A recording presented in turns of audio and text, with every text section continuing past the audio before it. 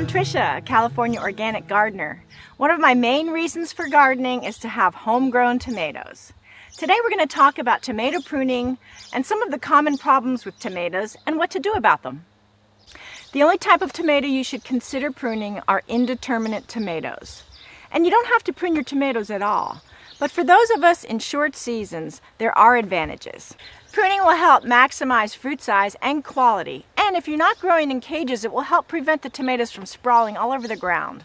For a fully pruned tomato vine, choose the 2 strongest and healthiest growing tips and cut the rest. And remember that pruning tomatoes will limit the amount of fruit that you get. This is one of 2 big, healthy growing tips. This is just a branch. Now, I'm going to prune off the lower, smaller growing tips. This is the small growing tip that I'm going to prune. Make sure that you don't snip until there's 2 full leaves. And don't prune when the plant is wet.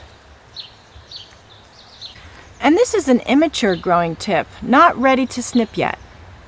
I'm also going to prune some of these bottom branches that are touching the ground. Unhealthy branches and branches growing in a downward direction. This will really improve air circulation around the base of the plants. Be careful not to prune too much. You want to have a nice canopy of leaves over the fruit to prevent a common problem called Sunscald. A sun-scalded fruit has a large, light-colored, leathery patch. And that means it didn't have enough cover from the leaves and it got sunburned. Another common problem is fruit cracking. The fruit will crack when it has either uneven watering or too much sun or both. Mulches and drip irrigation help maintain even watering. Sometimes fruit will ripen unevenly, and this is called blotchy ripening or gray wall. It's thought to be caused by multiple factors like too much nitrogen and not enough phosphorus and boron and extreme temperatures. What you can do to avoid it is use a balanced fertilizer. You may see some dark spots on the leaves, stems, or fruit, about 1 centimeter in diameter. This could be early blight.